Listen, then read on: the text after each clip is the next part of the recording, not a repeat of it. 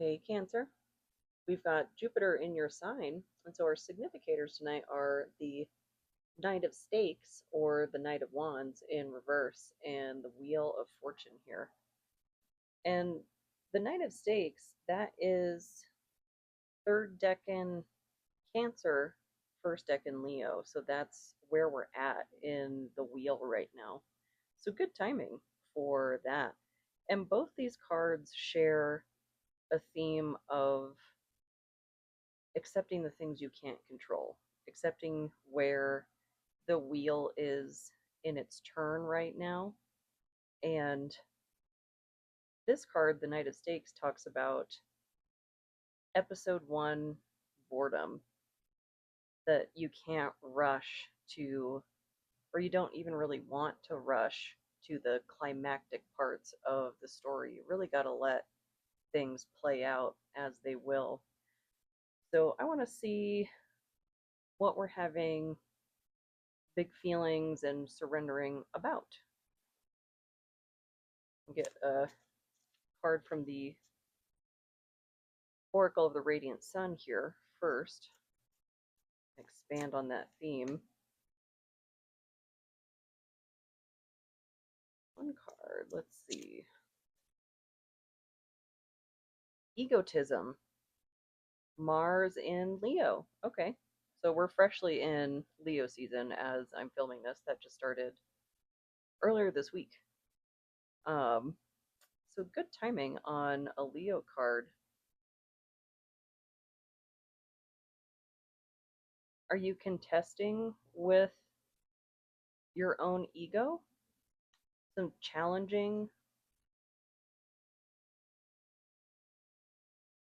some notions or events that might have bruised your ego, maybe reflecting on those, because the Knight of Stakes, that in reverse, that can also refer to someone with a big ego, someone who wants credit for things without actually doing the work for them. So let's get into this a little bit further. And I've got the Buffy the Vampire Slayer deck here. Get the first card out. I like this deck a lot. I like the artwork in it, and I actually bought it for a really specific purpose. Buffy is the only piece of media that I'm aware of that deals with the resentment after being brought back after death. And that is a really, big theme, big feeling theme for me that I've dealt with a lot after going through a near death experience. And I wasn't expecting resentment. Granted, I wasn't expecting the event itself in the first place, but you hear other people talking about their NDEs and it being a warm experience. And mine was very different. I don't know. Still a lot to go on that one. Just kind of dipping my toe in that pool. Let's see, first card.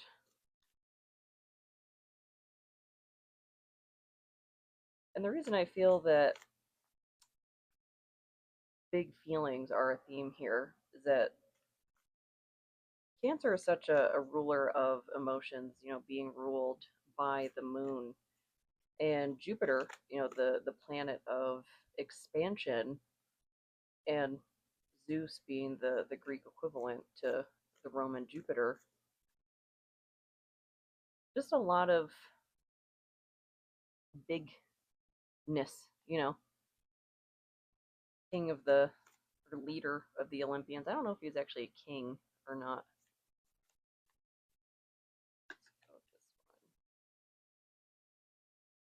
Four of Scythes in reverse. The rest period is over. Interesting. because that's a little counterintuitive to surrender. You'd think, I guess sometimes you think of surrender as a passive process, like when you hear that word, but it can also be a really active process too, just like accepting your role in the fray and going in head first. Just like, here we go. Let's do this thing. But we've got the Page of Scythes and the Knight of Pentacles. Okay. So maybe a couple different people involved in this, whatever situation you might be dealing with. Page of Scythes is the spy card. That's like someone accumulating information, maybe lurking online. And that could even be you. Like, hopefully, you're not doing that to another individual, but like, if you've ever found yourself in like a Reddit hole that you're just like lurking and lurking and lurking, like the same topic or something, or maybe even just like general doom scrolling. And the Knight of Pentacles, that's the slowest knight in the deck. But I feel like in reverse, it's speeding up.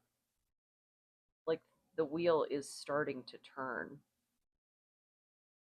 So you might be right at the end of this period of blockage. And maybe you're not being egotistical enough. That could be another thing. Because when we talk about those heavier themes like egotism, narcissism, things like that, we forget that they do have a light expression. It's not exclusively like shadow expression. Like these are really important aspects of the psyche to integrate. But let's get a little more detail on this main theme here.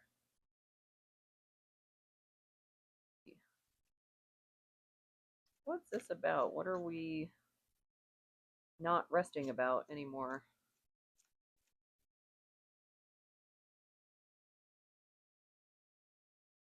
And that could also further the meaning of the Knight of Pentacles in reverse, that maybe you've been taking kind of a passive tact towards things. And not that there's anything wrong with that. Maybe it's just time to change tact in order to get the wheel to move, to facilitate the movement that you want to see. Because sometimes there's,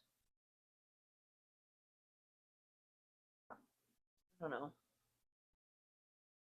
you have to let your little seedlings grow, right?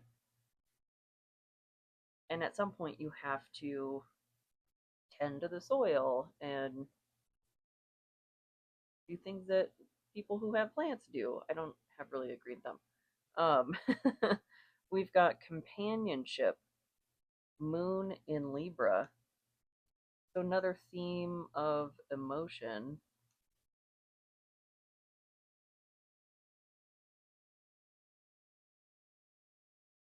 And I mean, if you are looking for companionship, regardless if that's romantic, platonic, whatever, it is going to take some active effort, whether that's downloading an app, even though that's a cesspool, in my opinion, uh, going out and just doing your regular hobbies and seeing who you meet along the way. For me, I'm waiting to like reach for the same book in a bookstore, and obviously the fairy tale will begin. But let's see on the left. What's speeding up? What's happening?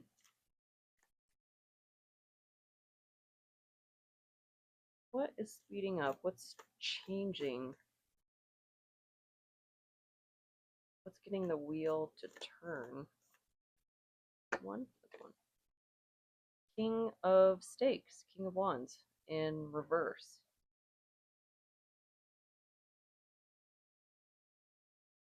A creative block.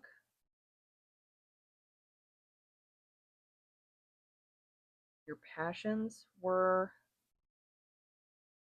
blocked at some point. And what's interesting, I'm pretty sure this is Xander, but with the eye patch, it's almost giving me like an echo of the Hanged Man, of seeing things from a different perspective. That it's not like you're doing something wrong. You just need a different view on whatever it is that's got you in your feels. And that could be about companionship, that could be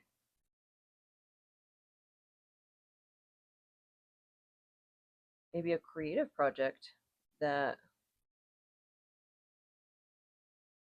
you want to revitalize a little bit, try something new, add a little spice to it, something. The Star, and she's spicy. I can't remember her name, but that does seem auspicious. Changing something up, not necessarily like down to its foundations, because this is a star, not the tower. This is what comes after the tower. Something will help it shine, whatever it is you're working on.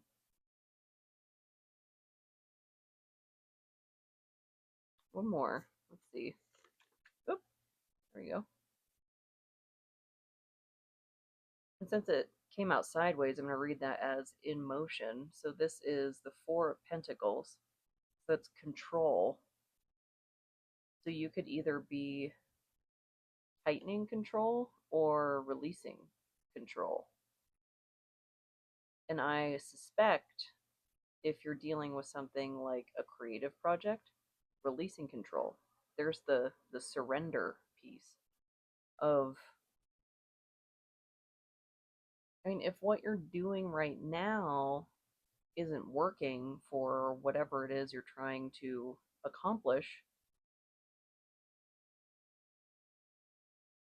it doesn't mean that you're doing things the wrong way. There really is no wrong way. Like, unless you're, I don't know, in art class and they gave you a specific way to do a thing and then you completely like deviated from that, like outside of a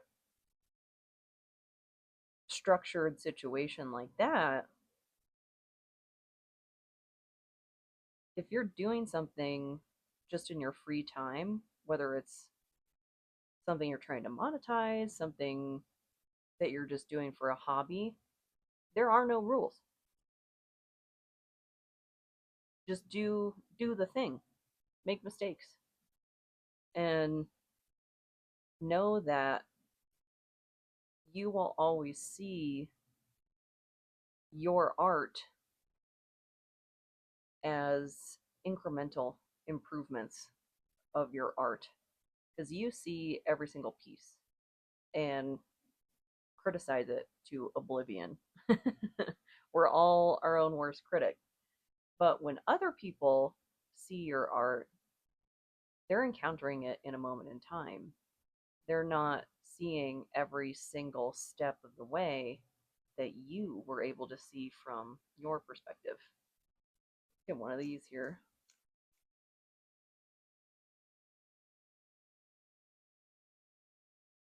It is easy to end up in a rut, especially with how difficult things are right now. You might be doing a creative project just to try and stay sane. And if the best you can do is just putting one foot in front of the other and just being able to fit the thing in your schedule, that's fine. Don't knock yourself for that. Things are hard right now.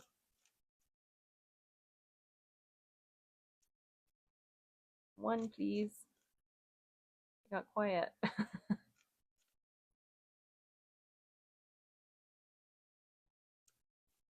In the cardstock on the Buffy tarot deck, it's a little sticky. So I tried like individually um, rubbing down each card with a dryer sheet. It worked for a little bit. And it smelled good. It smells like lavender. Adaptability. Yeah, there we go. Very synchronous. Moon in Gemini. Couple of moon cards. Okay, so lots of feels, lots of feelings to deal with. You know, again, the moon being your ruler. And these look like little frog people, and that kind of looks like Kali, Kali Ma, Ma Kali.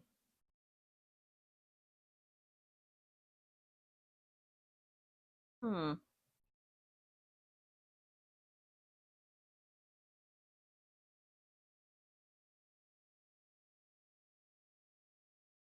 I think that's going to depend on your individual situation,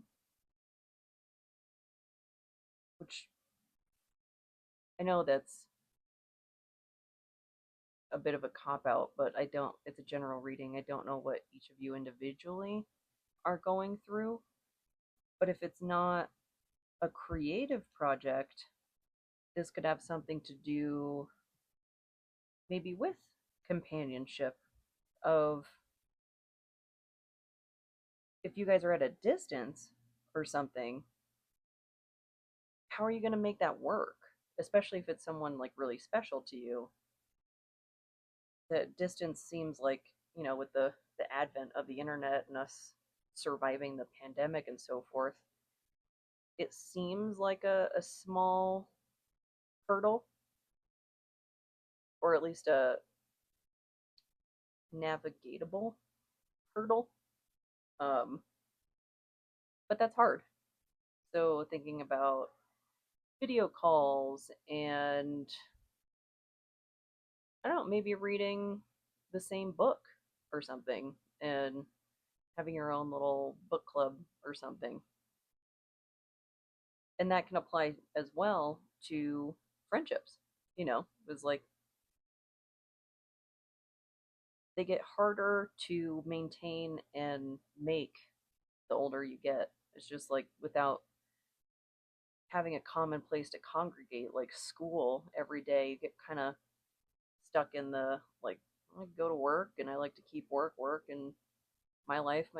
And then you become kind of fractured and fragmented, and you're just kind of going through the paces because this environment that we're in is not how we evolved. It's not great for our brains or anything, our health.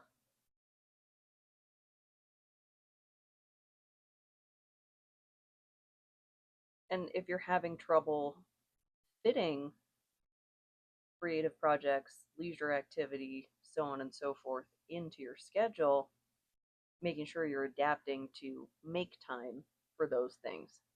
Even video games, too. Doesn't need to be anything elaborate. I keep Tetris on my phone. If I have a random, like, 15 minutes, I just need to check out, it keeps me occupied. But on the right here, I'm really curious about this Page of Scythes, the spy card. What's this about? Who's lurking? Is it us? Somebody else? Somebody peeping on your social media? Especially if that's like, if you create content on there, are they just watching in the shadows? If so, like, give me a like, right?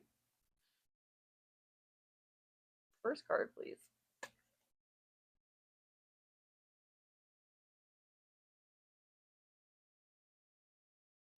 Just kind of weird. Like, if you like it so much, like, why don't you tell me about it? You know what I mean? Going with that one. 10 of stakes, 10 of wands. That looks like Willow. Mm, a burden that will soon be put down. Because usually in other decks, like the Rider Waite, someone's carrying 10 wands, but she's utilizing one quite expertly. So she's bringing a burden to an end through direct action. Because that more traditional 10 of wands, that's kind of what I was talking about over here. Like, just putting one foot in front of the other day after day.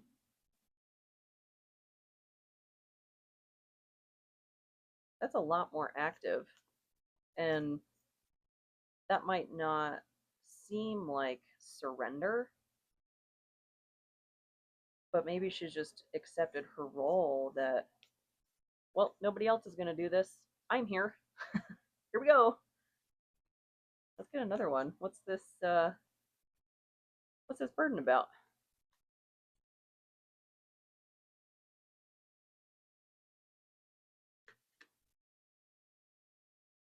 Eight of scythes, 8 of swords. So this is my gaslighting card. And that, of course, is a burden, but like relieving yourself of illusions by taking matters into your own hand. Like, it's kind of like if you saw a big red button and all it said was do not push. Well, why? Only one way to find out, by pushing the button. It's important to contextualize those things. Just makes me think of The Simpsons.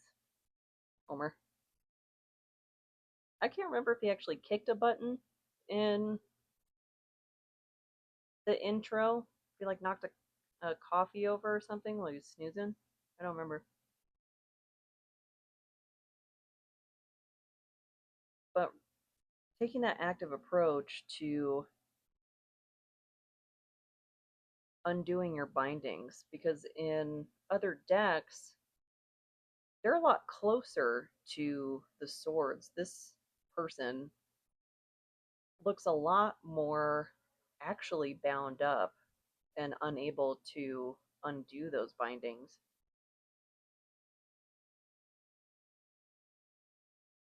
So what's the action?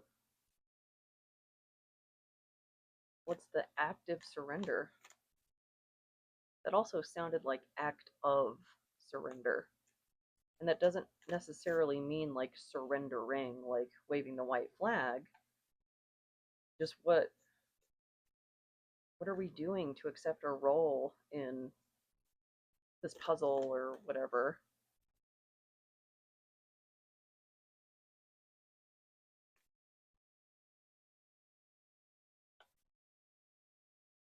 Five of scythes, 5 of swords. That looks like Buffy and her mom. Argued frequently about her need for balance of like, yes, you're the slayer, but you're also in high school, like you gotta do your homework and stuff, which seems so tawdry for a slayer to have to deal with. But accepting maybe the full view the full scope of responsibility, that like not every day is a season finale. Some days are filler episodes, you know? Get one of these here. Oop. Friendship, another moon card, and the moon in Cancer. Moon, moon, moon. So that might also be a triple goddess trying to come through. So Hecate, the Morrigan, there's more. And Kali also, I think, has three phases, uh, incarnations, maybe. I don't know quite which word to use. But this looks like a heron. That's a symbol of Osiris. We had companionship there too.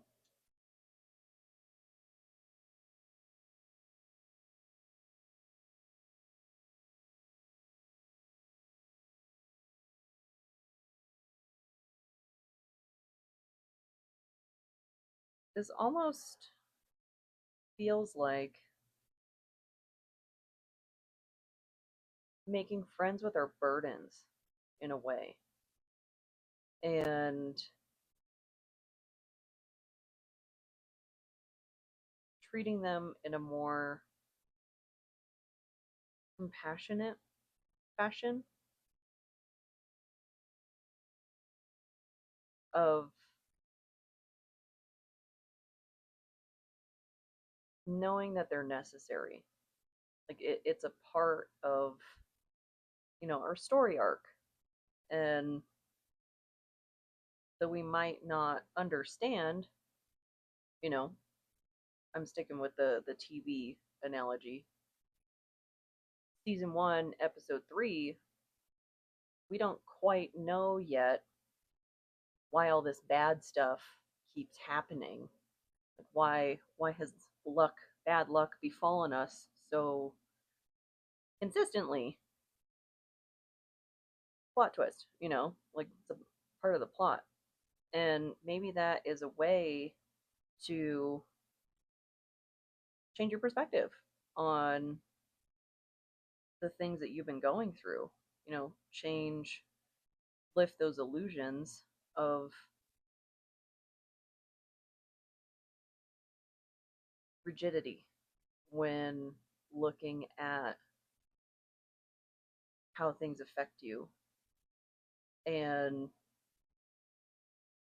I don't mean to bypass like that. That's not what I'm suggesting, but just looking at things of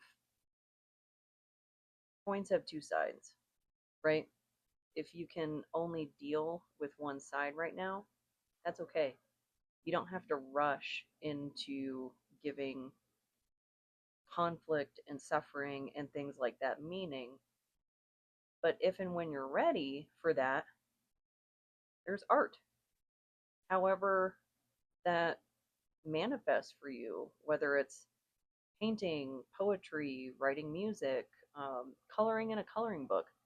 I really enjoy coloring mandalas, and you can kind of tell what emotional state I was in just based on is it warmer colors, is it cooler colors, how heavy handed was I, you know, colored pencils. But let's see. Oh, Three of Chalices. Celebration.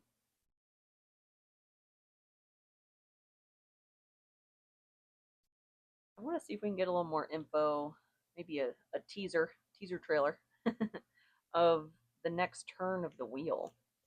What's that? What's the next turn of the wheel for Cancer? Oh, the Fool, a new beginning. Ooh, and the Magician in reverse. Interesting. So starting something new where you're going to have something to learn, which I think is, a little bit implied, but it's like you're leaving a stage where you were an expert and now you're a novice. So that might be a bit of an adjustment, and there might be some big feelings around that, especially if you're used to operating in that expertise and then you come in as a rookie. There might be the egotism, that grind against other experts, but they're experts in that new thing that you're getting involved with. I remember there's an interview I had for a call center many, many moons ago that I was looking for something after like retail management, and that was one of their concerns was like, can you not be a manager anymore? Like, can you be a member of the team? And it was a really odd question because I was trying something totally different. I didn't expect to be in charge. I'd never worked in anything like a call center before. Um, Everything had been like food service and retail, and I was like, yeah, that was my expectation. I wasn't expecting to come in as management from a different industry.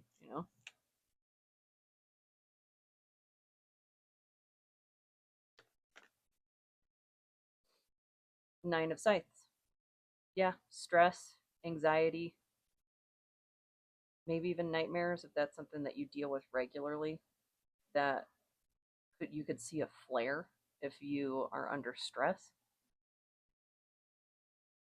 And there's multiple types of stress too. There's bad stress, which is often like the first place we go, but there's good stress too, like getting a new job, starting a new relationship, moving to a new city, something like that. And I guess if you are getting into like a long distance relationship and whatnot, and you've never done that before, yeah, that's going to be stressful to try and figure out, especially if there's like a time zone difference or something. But let's get one of these.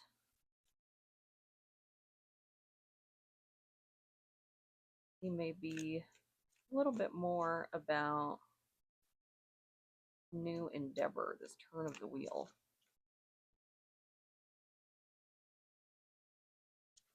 Oop, taking that one. Cover up the chesticles.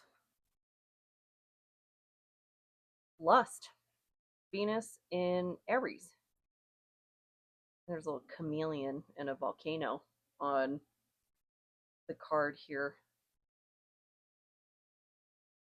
Yeah, that's a lot of energy. So it could very well be a new relationship, or like stress. There are multiple types of lust. If you're starting something new, like a new job, this might be a bit of a caution about like a material lust, because there's always that negotiation up front as part of the interview and part of the process and everything. But what I'm feeling here is like a need to fit in, and that leading to maybe some overspending, some participating in activities that you wouldn't otherwise participate in. Because me, I'm really in favor of keeping things separate and I don't drink. So happy hours are really not my thing. Um, don't compromise the authentic self that you've worked for in order to fit in a new environment. Like, there might be some friction when you walk into a new environment unwilling to fully assimilate and you want to stand separately, and that's okay. They'll live. They'll be all right if you don't go to a happy hour on a Thursday night or whatever. And you also don't owe people explanations. If you don't want to go, you don't want to go. That's enough. So we'll get a fortune cookie card. That came right out on the first shuffle here. Oh, there's two. So we've got twists and turns and property. So twists and turns. Carefully made plans could be thrown out the window as major changes and interruptions surround you. Make sure you get lots of rest to cope with all the upheaval. And property. A property purchase or sale for many, but heed security concerns in any transactions. Read the fine print. That's what I'm getting from that. Um, if you need someone to review a contract before you sign it, don't just sign something because like you're running up close on time and like you haven't found the right resource yet. You can land yourself in some like real serious obligations and stuff like that. And especially if you're dealing with property, like the getting inspections done and things like that. And if anybody's trying to rush you through any type of legal rigmarole, that's a red flag.